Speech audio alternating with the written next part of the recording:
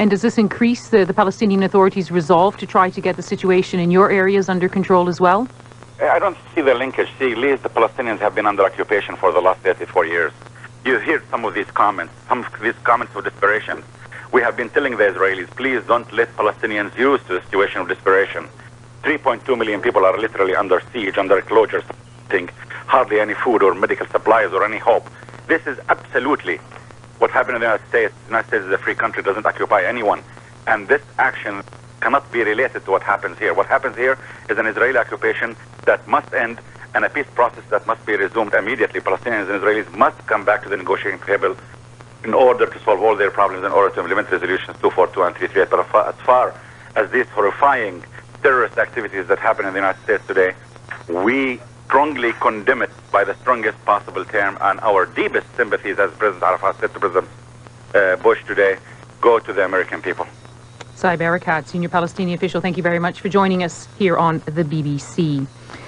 Saeb Erekat expressing firm condemnation of today's terrorist attacks in the United States. Let's just get a better sense of what the reaction has been across the Middle East. We're joined by two experts, by Neil Patrick, who's the head of the Middle East Studies Programme at the Royal United Services Institute here in London, and also by Fred Halliday from the London School of Economics. Neil Patrick, we've had a mixed reaction from the Middle East, some celebration in some areas, but more widely condemnation.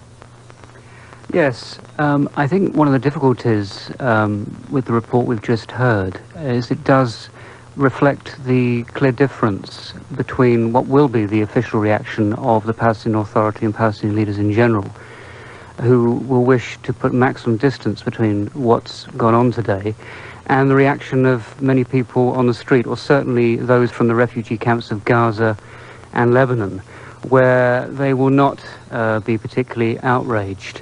I think perhaps from their perspective, those in refugee camps in particular, that kind of sentiment is quite understandable.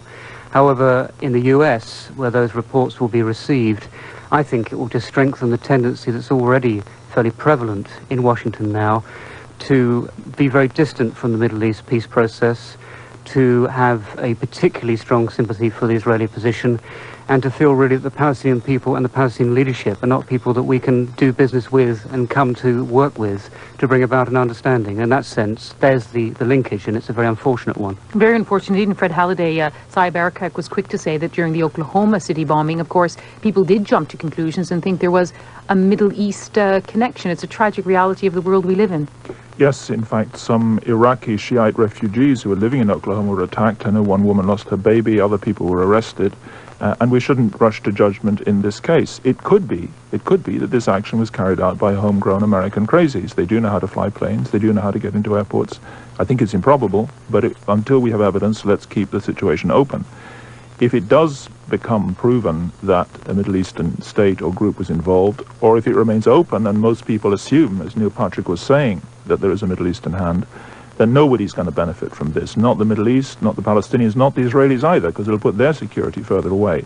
And one other thing about the Middle Eastern reaction, many countries in the Middle East have had experience of terrorism for many, many years. Egypt has had it. Osama bin Laden has been carrying out activities in Saudi Arabia and in Yemen. Many people there are fearful of him, particularly women, because he has a very conservative program on women. In Iran, they are very, very opposed to Osama bin Laden and all the Sunni fundamentalists around him in Afghanistan. Iraq has also had its own internal terrorist problems. So there is widespread awareness and concern about terrorism from below. People are also concerned, as our backup was saying, by what some Middle Eastern states get up to as well. So it's a two-sided problem. But it's not as if the whole of the Middle East loves Osama bin Laden. Far from it. And he would be ill-advised, for example, to go to Tehran, where he wouldn't be very well received. And Neil Patrick, we'll eventually find out who was behind this, but no matter who actually carried it out, the fact that many countries are now talking about stepping up the fight against terrorism, going after the backers, means that it will have an impact on some of the more militant groups who do operate now in the Middle East. Yes, I think it will. Clearly, it's rather easier in some of the smaller Gulf Emirates, for example, to try and face down, particularly with American assistance in some instances, the threat of the kind which we saw carried out by bin Laden against targets in Saudi Arabia.